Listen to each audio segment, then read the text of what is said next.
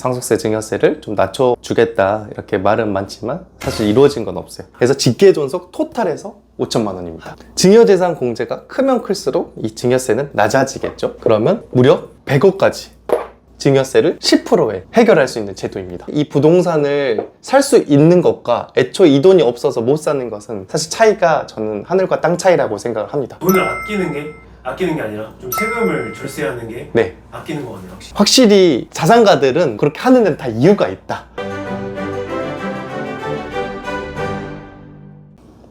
안녕하세요. 세무그룹 절세연구소 대표 김창희 세무사라고 합니다. 오늘은 증여세를 절감하는 방법에 대해서 이야기를 해보려고 합니다. 요새 증여세 너무 말이 많잖아요. 지금 우리나라 상속세 및 증여세율이 OECD 다른 국가 대비해서 엄청 높은 편에 속하잖아요. 그래서 이제 정치권에서는 상속세 증여세를 좀 낮춰주겠다 이렇게 말은 많지만 사실 이루어진 건 없어요. 작년 개정안에서도 빠졌고요. 그래서 이번 편에서 말씀드리는 것들을 좀 활용해서 증여세를 많이 절감을 해보셨으면 좋겠습니다. 이제 저희 같은 일반인이 알기로는 뭐 10년에 한 번 5천만 원 증여세 면제가 된다. 이 정도는 알고 있거든요. 근데 그거 외에도 다른 여러 가지 방법이 있는 거예요. 이제 그거를 응용한 심화 버전들이 있죠. 그래서 그런 것들 이용하면 방금 말씀 주셨던 그것보다 훨씬 절세를 할 수 있는 여지가 많다라고 보시면 될 것 같습니다. 그럼 어떤 방법이 있는지 절세연구소 채널 보시는 시청자분들한테 소개해 주시면 좋을 것 같습니다. 네, 그럼 바로 시작해 보도록 하겠습니다. 먼저 들어가기 앞서 제가 증여세 계산 구조에 대해 간략히 설명을 드려볼게요. 이게 증여세 간략한 계산 구조인데요. 이제 당연히 증여재산가액은 내가 증여를 받는 금액, 그리고 증여재산 공제는 이제 PD님께서 말씀 주셨듯이 수증자와 증여자의 관계가 가까워질수록 이 증여재산 공제를 크게 해서 증여세 부담을 줄여주는 이 장치 역할을 하는 증여재산 공제가 있고요. 이거를 차감한 금액을 과세표준이라고 합니다. 그래서 증여세율을 곱한 금액을 세금으로 이제 내는데, 여기서 신고세액공제와 같은 세액공제들이 있어요. 대표적으로 신고세액공제는 증여세를 제때 기한 내 신고를 했다고 해서 3%에서 할인을 해주는 제도라고 보시면 될 것 같은데, 그래서 최종적으로 납부세액이 나온 것에 대해서 증여일이 속하는 달의 말일부터 3개월 내까지 이 증여세를 납부하면 끝이 나는 구조입니다.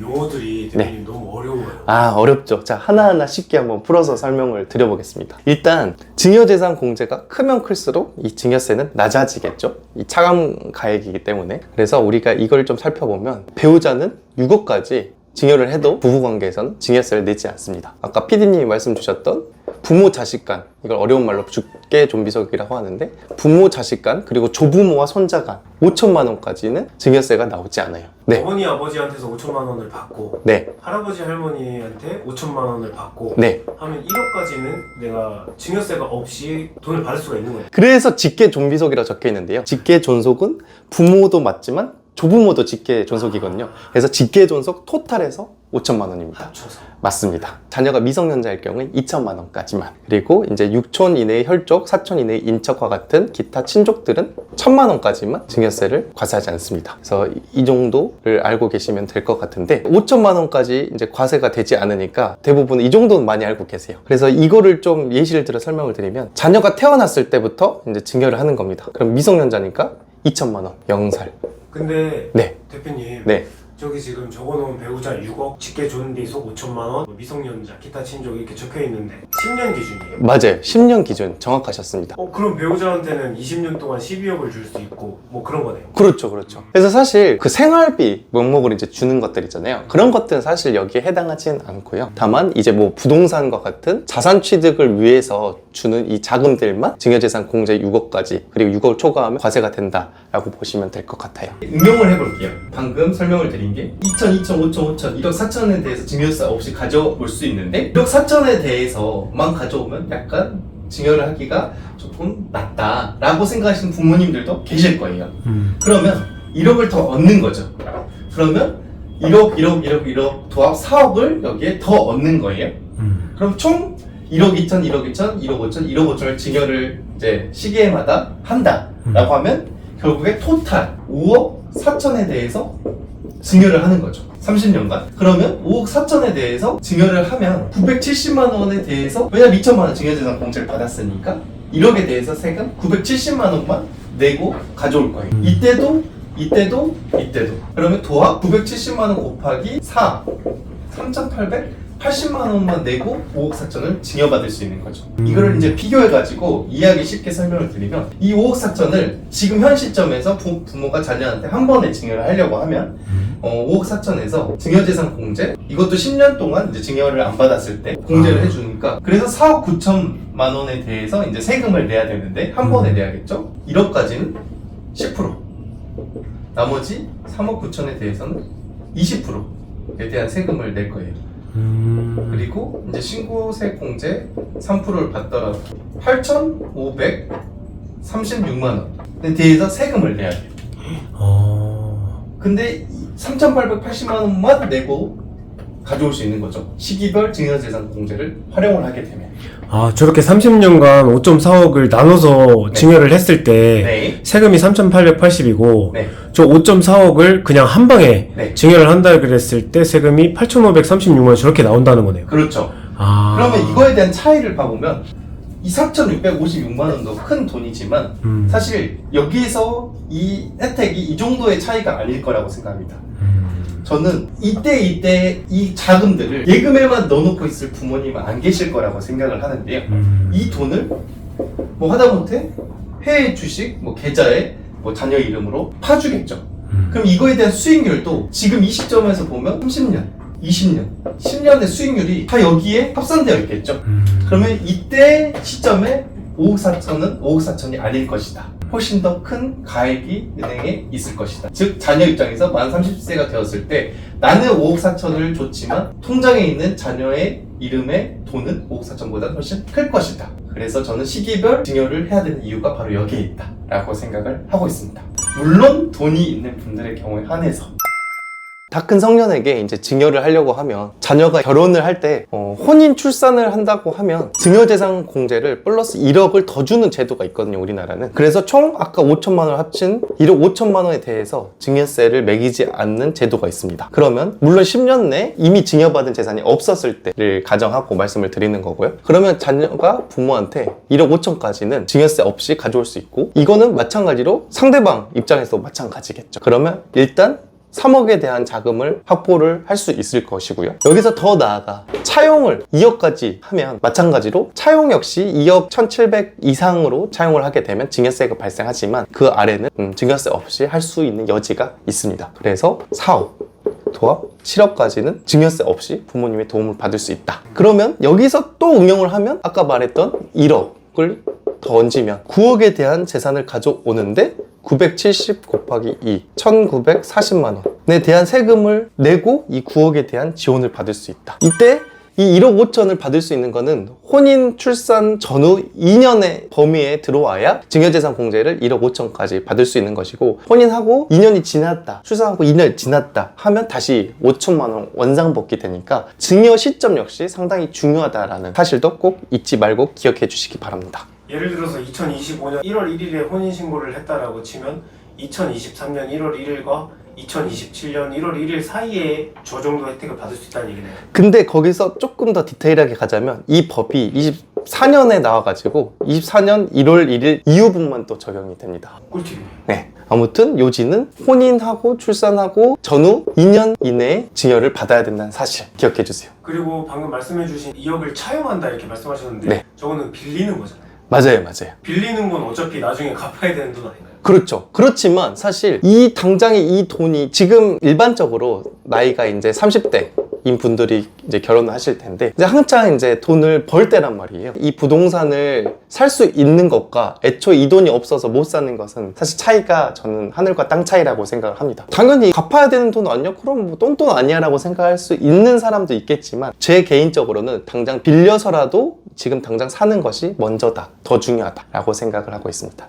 사야 되는 상황이라면. 근데 이제 이 2억 1,700 이하로 이제 차용을 해왔을 때 증여세를 내지 않는 이런 전략은 차용증을 작성하는 게 핵심 포인트인데, 그것은 제가 따로 또 차용증 작성법은 추후에 한번 다뤄보도록 하겠습니다. 디테일하게. 세 번째 방법입니다. 창업자금 증여세 과세 특례를 이용한 방법인데요. 말만 들어도 어렵죠? 제가 쉽게 한번 설명을 해보도록 하겠습니다. 부모가 자녀에게 증여를 하는데 창업자금 목적으로 증여를 한다라고 하면 증여세를 매우 낮은 세율로 해주는 제도를 말하는데요. 5억 원까지는 세금이 0% 그리고 5억 원을 초과하는 분에 대해서는 10% 매우 낮은 세율로 세금을 매기는 제도입니다. 최대 50억 원까지인데 창업하고 10명 이상을 고용한다. 그러면 무려 100억까지 증여세를 10%에 해결할 수 있는 제도입니다. 매우 크죠? 그래서 대신 조건이 매우 까다로워요. 하나하나 살펴볼게요. 일단 부모가 만 60세 이상이어야 됩니다. 그리고 두 번째, 자녀는 만 18세 이상 대한민국의 거주자여야 합니다. 쉽게 말하면 외국에 있으면 안 된다는 거죠. 그리고 창업에 대한 요건이 생각보다 엄청 빡셉니다. 일단 감면 대상 업종으로 창업을 해야 됩니다. 이 법에 정해져 있어요. 참고로 세무사업 같은 데는 이런 것들은 감면 대상 업종이 안 됩니다. 그래서 저는 부모님한테 5억 원을 받으면 세금을 내야 돼요. 그러겠죠? 주시나요? 아니요. 주신다고 하셨는데 그냥 해본 소리죠. 그리고 두 번째, 이 창업 자금을 만 4년 이내 다 써야 됩니다. 다 사용해야 됩니다. 뭐 부지를 산다거나 인테리어를 한다거나 그런 식으로요? 네, 사업용으로 다 써야 됩니다. 그리고 세 번째, 2년 내 창업을 해야 됩니다. 실제로 받은 날로부터. 그리고 마지막 네 번째, 사업을 한번 시작하면 10년간 그 사업을 실제 하고 있어야 돼요. 그러니까 이 10년 내 폐업을 하면 추징을 하겠다. 상당히 빡세죠. 그러네요. 돈도 있어야 되고 끈기도 있어야 되고 이러한 요건들을 다 충족을 해야만이 이제 되고, 그리고 플러스 마지막, 이 창업 자금 자체를 현금, 예금 뭐 이런 거 같은 재산으로 줘야지 5억 원짜리 부동산 이런 걸로 주면 안 돼요. 그래서 무조건 이 증여하는 재산도 한정적. 이 모든 요건을 갖추면 부모가 자녀한테 증여를 이제 했을 때 이렇게 낮은 세율로 과세가 된다. 이거를 제가 또 한번 비교를 해볼게요. 10억에 대해 이 창업자금 증여세 과세 특례를 이용하면 일단 5억에 대해서는 세금이 안 나오고 나머지 5억에 대해서만 10% 세금이 나오거든요. 그러면 사실 5천. 신고세액 공제는 참고로 적용이 안 되고, 그래서 5천만 원에 대한 세금이 나오는데, 이거를 일반적인 증여를 받는다라고 하면 1억까지 10%, 나머지 4억 20%, 5억 30% 돼서 세금이 나오고. 1억까지 10%고 2억부터 5억까지가 20%고 뭐 이런 거네요. 그렇죠. 그래서 도합 2억 4천에 대해서 신고세액 공제는 이제 고려하지 않았습니다. 이 정도 세금 차이가 나죠. 1억 9천만 원 정도 세금 차이가 난다. 근데 이거의 가장 큰 좀 뭐랄까 한계가 뭐냐면, 부모님이 추후에 유고를 하셨다, 상속세를 내잖아요. 그때 10억을 상속세 대상 재산에 포함이 됩니다. 가산이 돼요. 그러니까 이 10억에 대해서 지금 세금을 5천만 원만 냈지만 나중에 상속세 재산에 합쳐서 정산이 된다는 사실. 그러면 어차피 그러면 정산 내면 덧진 갯진 아니에요, 이렇게 생각을 할 수 있지만, 이제 부모님의 그 사망 시점과 현재 자녀의 창업 시점이 뭐 예를 들면 30년 차이가 난다. 그럼 내가 지금 10억을 받았을 때 이 30년간 열심히 일을 해서 이 재산이 얼마가 되어 있을지 모르잖아요. 뭐 100억이 되어 있을 수도 있고 뭐 20억이 되어 있을 수도 있고. 그런데 어쨌든 이 시점에는 이 돈이 아니라 이 돈에 대해서만 재산이 포함이 되기 때문에 현재 가치가 훨씬 크잖아요. 그 미래의 10억보다는 현재의 이 10억이 미래의 10억보다는 훨씬 크기 때문에 미리 이렇게 받아서 기업 가치를 올리고 내 생활 터전의 기틀을 다지는 게 훨씬 이 정산이 되고도 남는 이익이 크다라고 저는 개인적으로 생각을 하고 있습니다. 그래서 이런 창업자금 증여세를, 과세 특례를 부모가 여력이 된다고 하면 이렇게 자녀에게 창업자금을 증여하는 방식으로 증여를 하는 것이 가장 큰 증여세 절감이 아닌가라고 개인적으로 생각을 하고 있습니다. 안 그래도 대표님 말씀하신 대로 수도권 외곽에 대형 카페가 네네. 많이 만들어지고 있다 이런 뉴스가 있더라고요. 네네네. 그런 게 어떻게 보면 돈이 조금 있으신 네네. 부모님들께서 좀 증여세를 아끼고자 하는 이제 저런 내용이 아닐까 싶네요. 그렇죠. 사실 똑같은 논리예요. 부모한테 자금을 받아서 대형 베이커리 카페의 사업용 부동산을 이제 취득을 할 때 이제 그걸 썼다라고 하면 하다못해 그 부동산의 가치가 올라가더라도 온전히 그 자녀가 시세차익을 누리는 거잖아요. 10년간 유지하면 폐업을 해도 되고요. 돈을 아끼는 게 아니라 좀 세금을 절세하는 게 네. 아끼는 거 같네요, 확실히. 확실히 자산가들은 그렇게 하는 데는 다 이유가 있다.